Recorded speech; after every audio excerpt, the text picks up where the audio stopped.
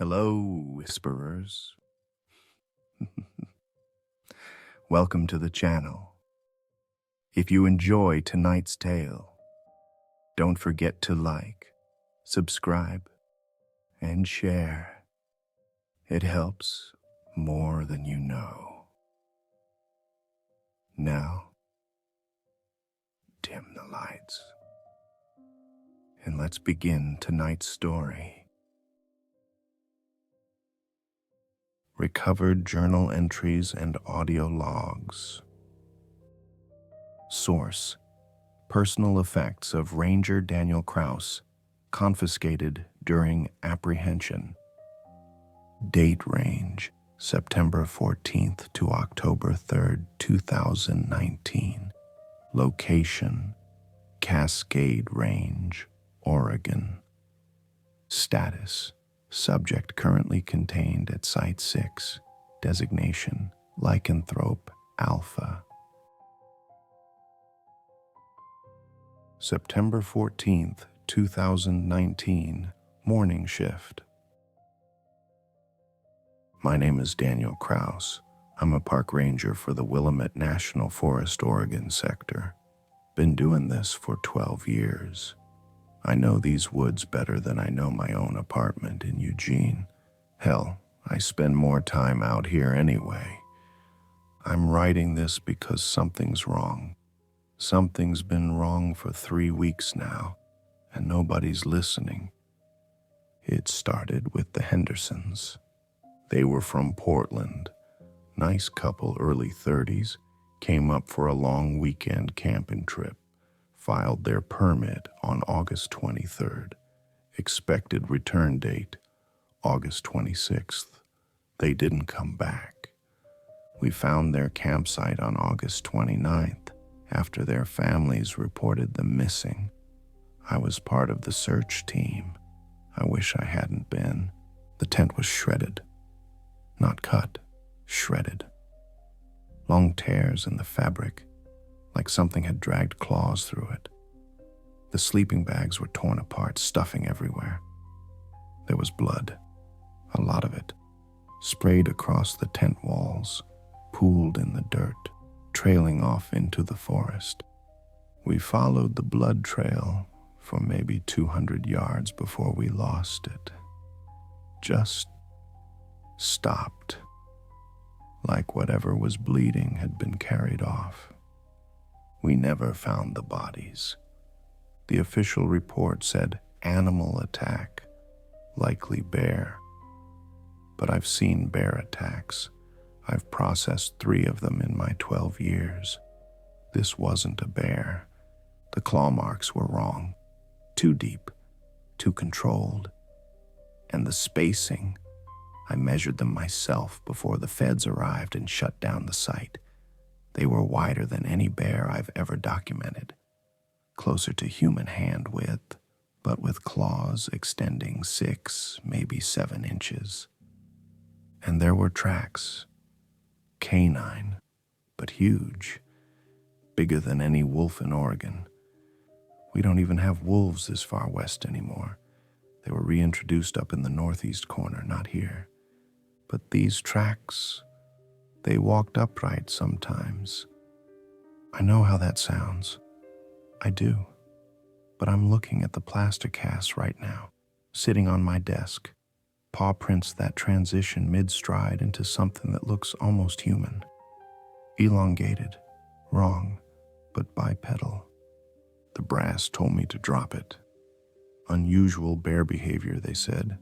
Possible cougar involvement. They closed the case and told the families it was a tragic accident. I didn't drop it. September 18th, 2019. Evening. There's been another one.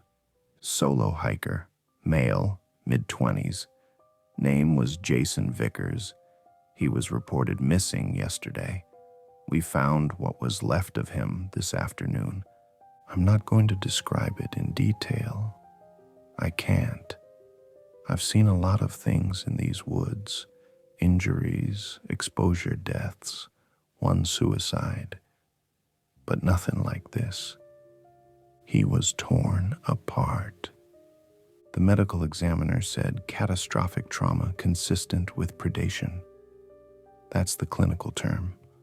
What it actually means is that something ripped him into pieces and ate parts of him. His ribcage was cracked open. His left arm was missing entirely. There were bite marks on what remained, deep punctures that went through clothing, skin, muscle, all the way to bone. And the tracks were there again, the same ones. Canine, enormous, bipedal in places. This time there were witnesses. 2 hikers, college kids from Seattle, were camping about a quarter mile from where we found Vickers. They heard something the night before. They described it as howling, but wrong. One of them said it sounded like a person trying to imitate a wolf. They also saw something. Around 2 a.m., they heard movement outside their tent. Something big, circling the campsite. One of them looked out through the tent flap and saw. He couldn't describe it clearly, said it was too dark. But he saw the silhouette. He said it looked like a wolf standing on its hind legs, 8 feet tall, maybe taller. It was looking toward their tent. He said he could see its eyes reflecting in the moonlight. Then it howled. That wrong, human-like howl, and disappeared into the trees. They packed up at first light and hiked straight out. Didn't even report it until they were back in cell range. The brass is calling it mass hysteria. Scared kids who let their imagination run wild. But I was there when we interviewed them. They weren't making it up. They were terrified. I requested additional patrols. I requested we close this section of the forest until we figure out what the hell is going on. Request denied. Can't close the forest based on speculation and hearsay, Krouse. Do your job. Let us handle the media. So here I am, doing my job. Tonight I'm heading back to the area where Vickers was killed. I'm bringing my rifle, my GPS tracker, and every piece of recording equipment I own. If there's something out there, I'm going to find it, and I'm going to prove I'm not crazy. September 19th, 2019, 3:47 a.m. Audio log. Okay, recording. It's 3:47 a.m. I'm about 2 miles northeast of the Vickers site. Been out here since sundown. Nothing so far. Just the usual night sounds. Owls, small mammals, wind. I'm starting to think maybe the brass was right. Maybe I am losing it. Seeing patterns that aren't there. It's easy to do in a job like this. You spend enough time alone in the woods, your brain starts filling in the gaps with, wait, something's moving. West of my position, maybe 50 yards out. Big. Whatever it is, it's big. I'm turning off my light. I can hear it. It's circling, staying just outside the tree line. I can't see it, but I can hear the brush moving. It's pacing, like it's deciding something. Come on, show yourself. Let me see what you... A howl can be heard, loud, close, distorted, almost human. Jesus Christ. Running footsteps, heavy breathing, branches breaking. It's coming. It's coming right at me. I can hear it. Snarl. Deep. Guttural. Definitely not human. Gunshot. Then another. then 3 more in rapid succession. Silence. Heavy breathing. I hit it. I know I hit it. I saw it for just a second in the muzzle flash. It was huge. Looked like a wolf, but it was standing. It was standing. I'm not staying out here. I'm heading back to the truck. I'll come back at first light with the team. We'll track the blood trail. Rustling. Very close. Behind the speaker. No. Audio corrupted. Playback ends.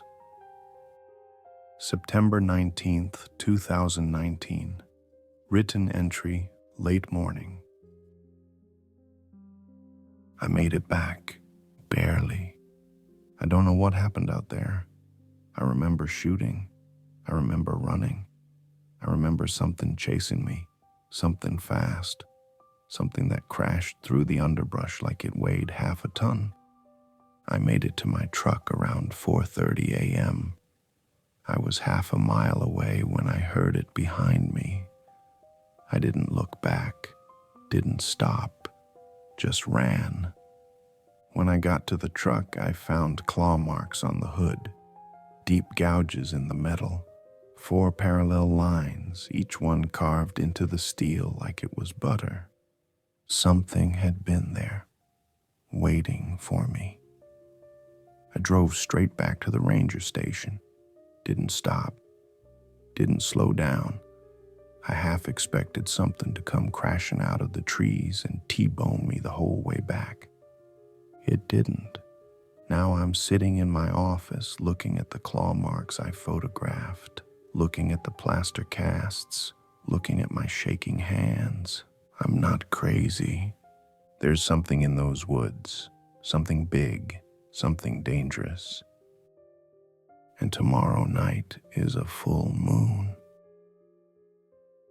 September 23rd, 2019. Afternoon. 4 days since my encounter. 4 days of filing reports that nobody reads. 4 days of watching the brass dismiss everything I'm saying as stress and overwork. They suggested I take leave. I refused. There have been 3 more incidents, 3 more hikers attacked. 2 survived, barely.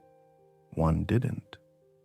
The survivors described the same thing, a massive wolf-like creature walking upright, with eyes that glowed in the dark. One of them said it spoke, not words, just sounds, like it was trying to mimic human speech. The media's starting to pick it up. Mystery predator stalks Oregon forest. Bigfoot or bear. Hikers report monster sightings. The Forest Service is hemorrhaging credibility. The brass is panicking.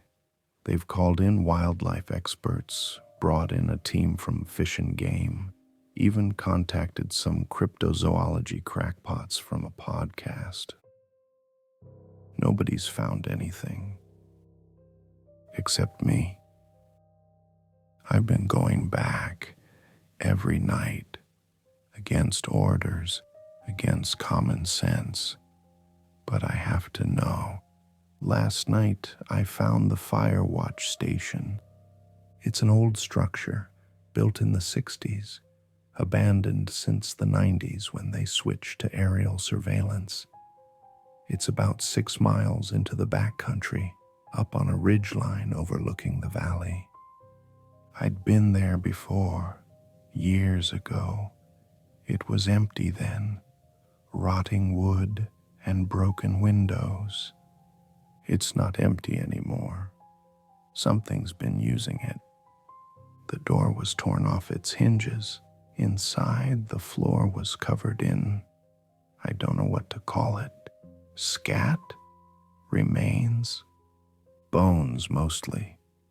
Small animals. Deer. a few that looked disturbingly human-sized. And the walls, something, had carved symbols into the wood, not scratched, carved, deep, deliberate marks forming patterns I didn't recognize, circles, spirals, angular runes that looked almost ancient. I'm not a superstitious man. I don't believe in curses or monsters or things that go bump in the night. I believe in biology, ecology, science. But those symbols made my skin crawl. I took pictures, lots of them. I'm gonna send them to a colleague at Portland State, see if she recognizes the markings. Maybe they're old indigenous art. Maybe they're just graffiti from some doomsday prepper. But I don't think so. I think whatever's out there made those marks. And I think it's been living in that station for a long time. September 25th, 2019, late night.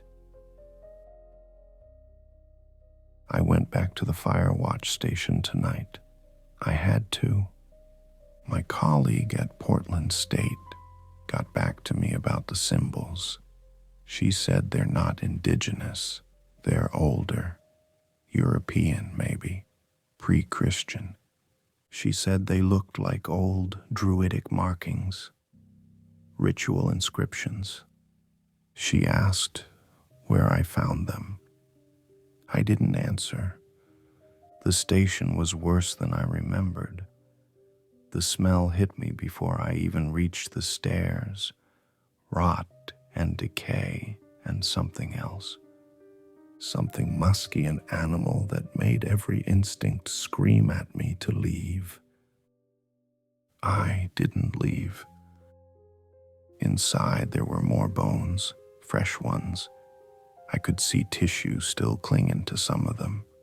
The symbols on the walls seemed darker somehow, like they'd been traced over and over again, or like something had bled into the wood. I was documenting everything with my camera when I heard it. Footsteps, outside, on the stairs, slow, deliberate, heavy enough that the old wood groaned under the weight. I dove behind the equipment locker in the corner, killed my flashlight, and tried not to breathe. The footsteps stopped at the doorway.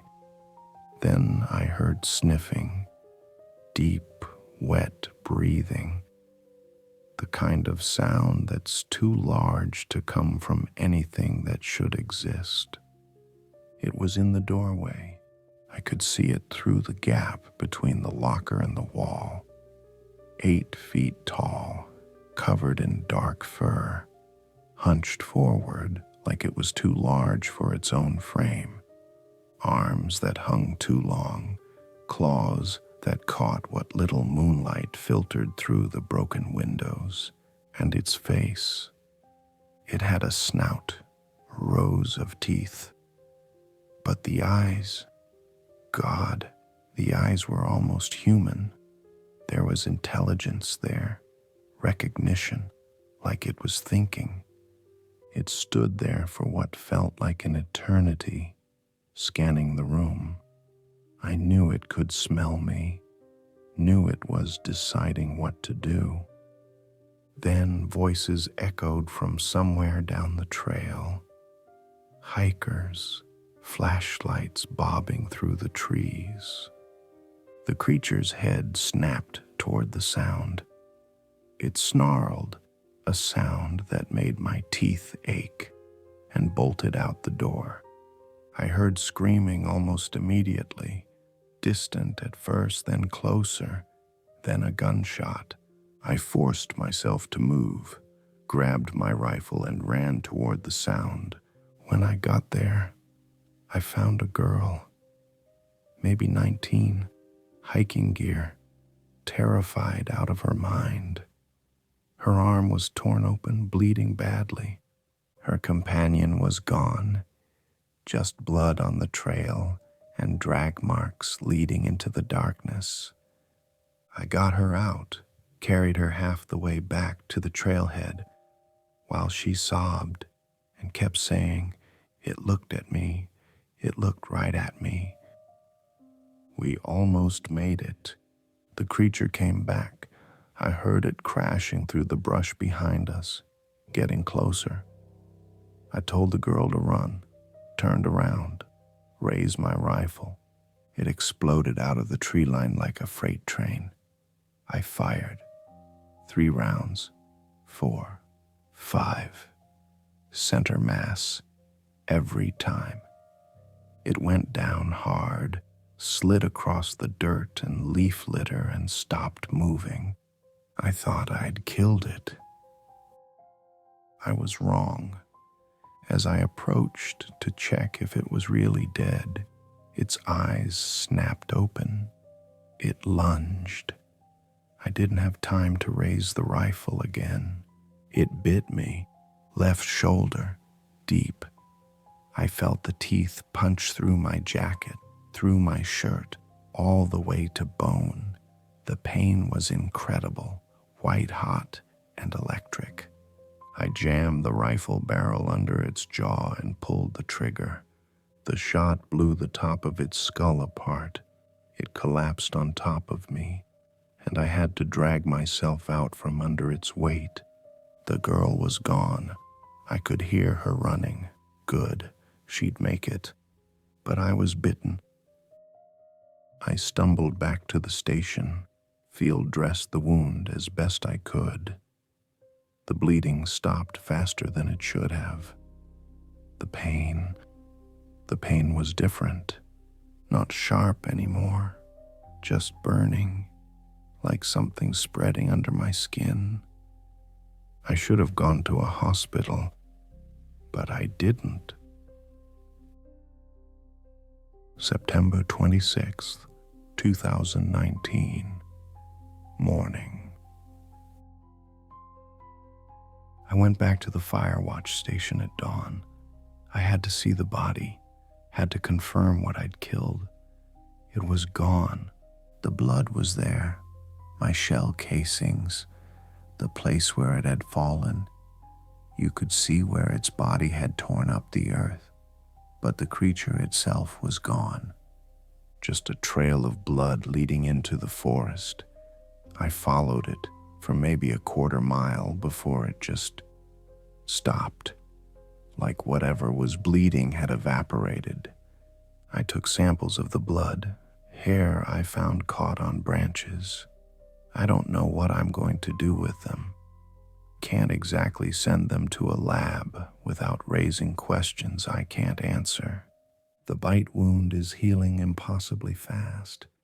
It's been less than 12 hours and the punctures have already closed. There's no infection, no fever, just this constant burning sensation, like there's something alive under my skin. I'm trying to convince myself it's adrenaline, shock, delayed trauma response. But I know better. Something's wrong with me. September 28th, 2019, afternoon. The wound is completely healed. Not healing, healed. 2 days, and there's not even a scar. Just smooth skin where there should be torn flesh and permanent damage. That's not possible. That's not how the human body works. But I'm not sure I'm entirely human anymore. The changes started small, heightened senses. I can hear conversations from the other end of the ranger station. I can smell what people had for breakfast. I can see in low light better than I ever could before. Then came the hunger. I'm starving constantly. I ate 3 full meals this morning, and my stomach is still growling. It's not normal hunger either. It's primal. like my body is craving something specific, but I don't know what. And there's something else, something I noticed this morning when I looked in the mirror. My eyes are different, still brown, but there's something in them now, a reflection that doesn't look quite right. Almost like there's something looking out from behind my eyes. Tonight's the full moon. I can feel it already, even though the sun won't set for hours. It's like a pressure building in my chest, a pull, like the moon is calling to something inside me. I tried calling my brother. I don't know why. Maybe I wanted to hear a familiar voice. Maybe I wanted to say goodbye just in case. But when he answered, I couldn't speak. My throat felt wrong. My voice came out as a growl.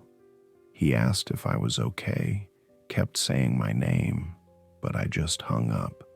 I'm not okay. I don't think I'm going to be okay ever again. September 28th, 2019, 11:47 p.m. The moon just rose above the tree line. I can see it through the cabin window, full and bright and impossibly large, and I can feel it. It's not a metaphor. It's not psychological. I can actually feel the moonlight on my skin like it's a physical thing, pressing against me, pulling something out of me. My hands are changing. I'm looking at them right now, and they're changing. The fingers are elongating. The nails are growing. No, not growing. Transforming. Becoming claws, dark, curved, sharp. The bones in my hands are shifting. I can hear them cracking, reforming. The pain is excruciating. I've broken bones before. Snapped my leg in 2 places during a bad fall when I was 23. But this is different. This is every bone in my body breaking and healing and breaking again, all at once. My jaw feels wrong, too big. My teeth are loose. I ran my tongue over them and felt them shifting, making room for something larger. I'm trying to hold on, trying to stay myself, but there's something else inside me now, something that's been waiting, hungry, patient. It wants out. I can hear my own breathing, and it doesn't sound human anymore. There's a growl underneath it, something animal. The furniture in the cabin looks too small, or I'm getting bigger. My shirt is tight across my shoulders. I can feel my spine lengthening, curving. This is really happening. I'm not going to be Daniel Krouse much longer. I'm becoming something else.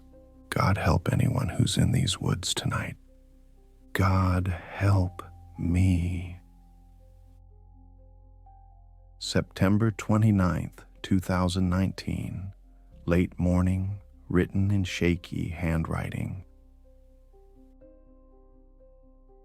I don't remember last night. I woke up 3 miles from my cabin, naked, covered in blood. Not my blood. The sun was already up. I was lying in a ravine, partially hidden under a fallen tree.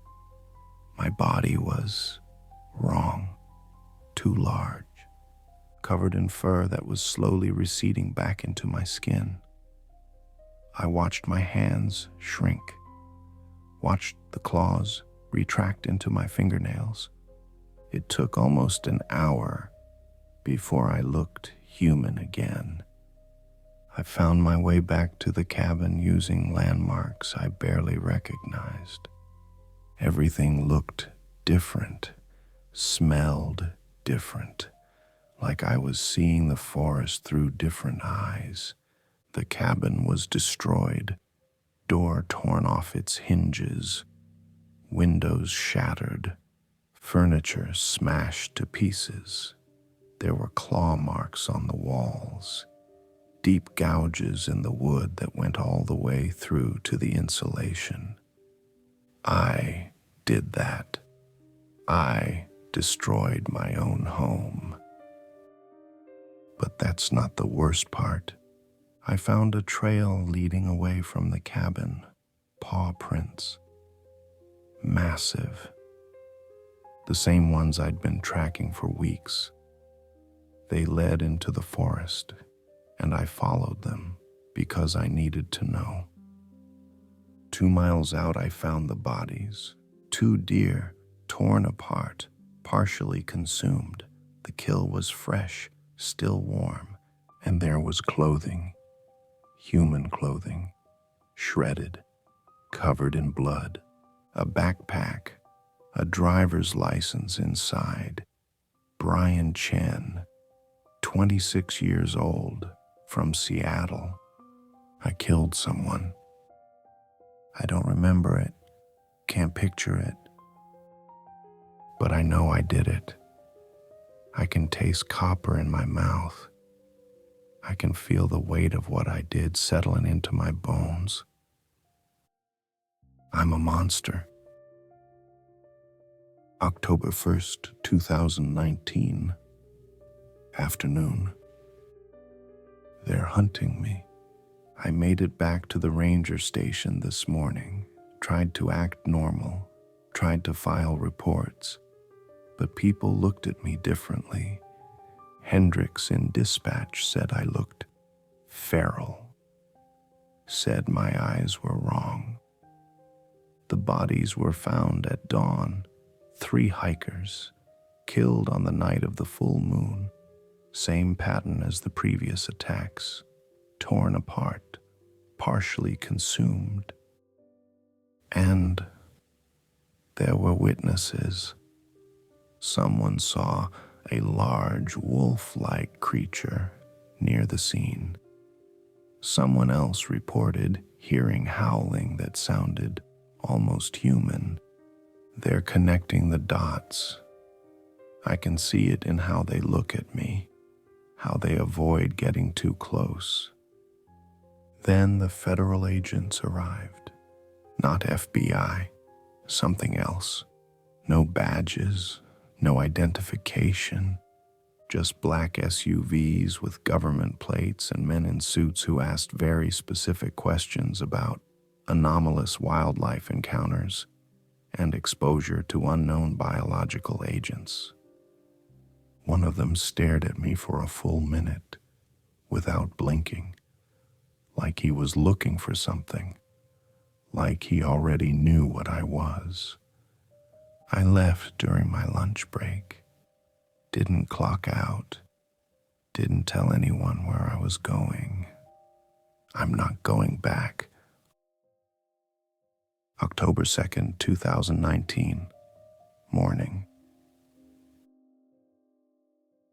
I've been in the woods for a day, living like an animal, slept in a cave, eating. I don't want to think about what I've been eating. The transformation is getting easier. Or maybe I'm just losing the will to fight it. It started around midnight, the familiar burning in my bones, the stretching of skin, the hunger. This time, I tried to control it, tried to hold on to myself, tried to remember who I was. It didn't work. I woke up this morning with blood under my fingernails and the taste of raw meat in my mouth. I don't know what I killed. Don't want to know. I'm losing time, losing myself. The more I transform, the less of Daniel Krouse remains. It's like the wolf is eating me from the inside out, replacing me piece by piece with something else, something that doesn't feel guilt, doesn't feel fear, just hunger and the need to hunt. I tried to end it this morning. Put my service pistol under my chin, finger on the trigger. One squeeze and it would all be over. But I couldn't do it. Maybe I'm too much of a coward. Or maybe some part of me, some deep primal part, doesn't want to die, wants to survive, wants to hunt. I'm dangerous. I know that now. Every hour I stay alive is another chance I'll kill someone else, but I can't pull the trigger. October 2nd, 2019. Evening. I made a decision. I'm going to turn myself in. I don't know if they'll believe me. Don't know if they'll help me or lock me up or put a bullet in my head. But I can't keep running. Can't keep pretending I'm in control.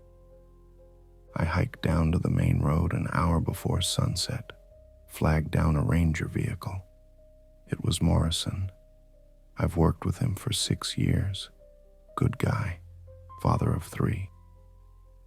I tried to explain, tried to tell him what happened, what I am, what I've done. He didn't believe me at first, thought I was having a breakdown. He reached for his radio, probably to call for medical assistance. Then the moon came out from behind the clouds. I felt it immediately, the pull, the burning. I tried to fight it, tried to hold on, but it was too strong. Morrison saw it happen, saw my eyes change, the pupils dilating, the color shifting from brown to gold, saw the claws pushing through my fingernails, saw my jaw beginning to elongate. He went for his gun, and I ran. Not because I wanted to, because the thing inside me, the wolf, took over. Survival instinct, the need to escape.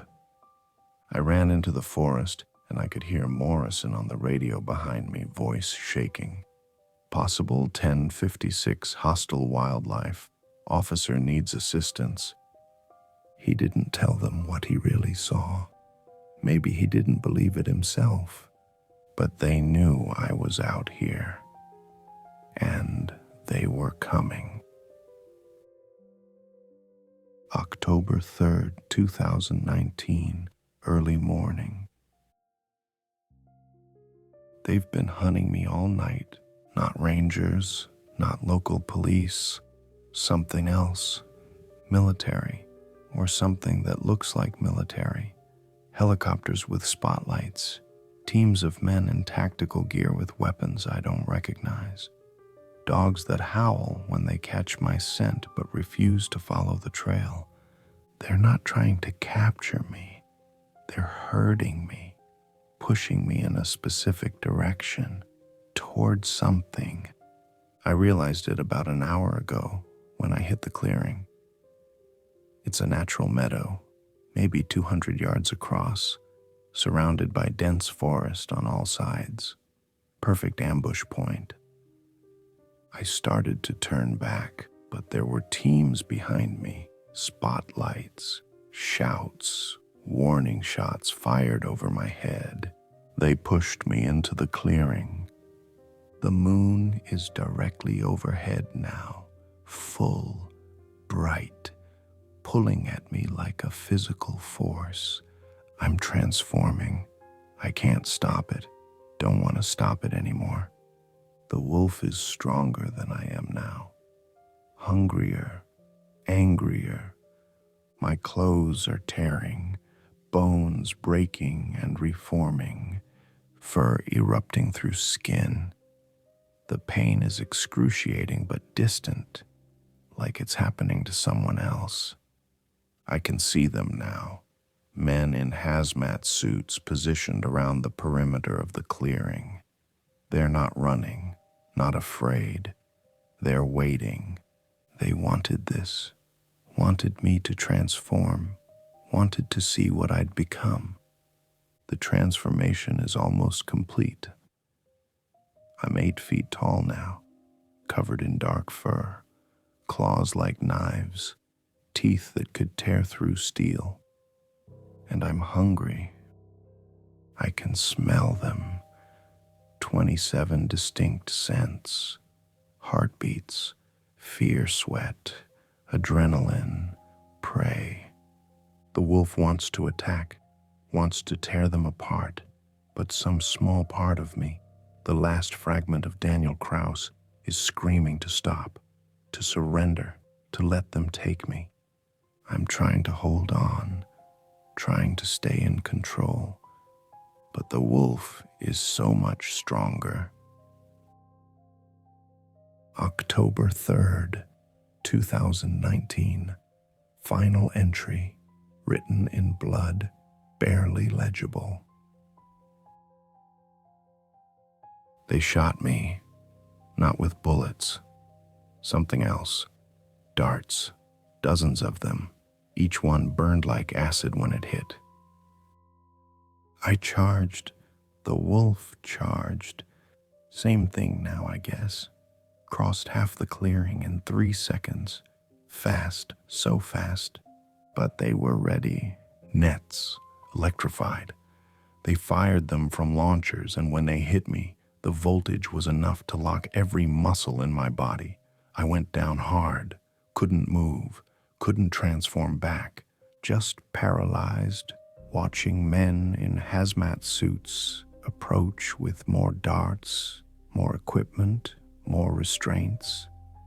One of them, a woman, I think, hard to tell through the suit, knelt beside me and looked into my eyes, not afraid, just curious, analytical. She said, "Subject acquired, lycanthropic transformation confirmed, preparing for transport." Then another dart, this one different, cold instead of burning, spreading through my veins like ice water. Everything's getting dim, distant. I can feel the wolf retreating, sinking back down into wherever it came from. Or maybe I'm sinking down. Maybe the wolf is what's left and I'm what's disappearing. I can hear a helicopter, smell jet fuel, feel hands lifting me, straps, restraints, metal against my skin. Someone's saying, "Site 6 is prepped for arrival. Containment cell, C7 is ready." Site 6. I don't know what that is. Don't know what they're going to do to me. But I know I'm not coming back. Daniel Krouse died in that clearing. Maybe he died in the forest 2 weeks ago. Maybe he died the moment that thing bit him. What's left is something else. Something they're going to lock in a cage and study and use for whatever nightmare projects they're working on. I wanted to save people. That's why I became a ranger. To protect the forest. To keep people safe. Now I'm the thing people need protection from. If anyone finds this, if anyone's reading these entries, learn from my mistakes. Don't go looking for monsters in the dark. Don't think you can control them or understand them or survive them. Because you can't. And if you do find one, if you do survive an encounter, if you do get bitten or scratched or infected with whatever turns people into things like me, run. Get as far away from other people as you can. And when the moon comes up, when you feel that pull, when you feel yourself starting to change, end it. Pull the trigger. I didn't. And now I'm going to spend the rest of my life in a cage, becoming less human with every full moon, until there's nothing left of me but hunger and rage and the need to kill. Don't make my mistake. Don't become a monster. My name was Daniel Krouse. I was a park ranger. I had a brother, friends, a life. Incident report classified. Date October 3rd, 2019, 11:47 p.m. Location Willamette National Forest, Oregon, Sector 7. Operation Lycanthrope Retrieval. Summary. Target Daniel Krouse, age 34, park ranger, successfully sedated and contained following 3-week surveillance operation. Subject exhibited full lycanthropic transformation consistent with historical accounts. Transformation triggered by lunar cycle. Subject demonstrated enhanced strength, speed, and regenerative capabilities. Sedation required specialized tranquilizers. Standard dosages ineffective. Subject transported via air to Site 6 for containment and study. Designation: Lycanthrope-ALPHA. Witnesses neutralized via memory suppression protocol. Cover story: rabid animal attack, disseminated to local media. 3 civilian casualties attributed to bear activity. Area quarantined pending biological survey. Subject remains in custody. Transformation cycle: monthly unless under extreme stress. Cognitive retention: partial. Subject has requested termination on multiple occasions. Request denied. End report.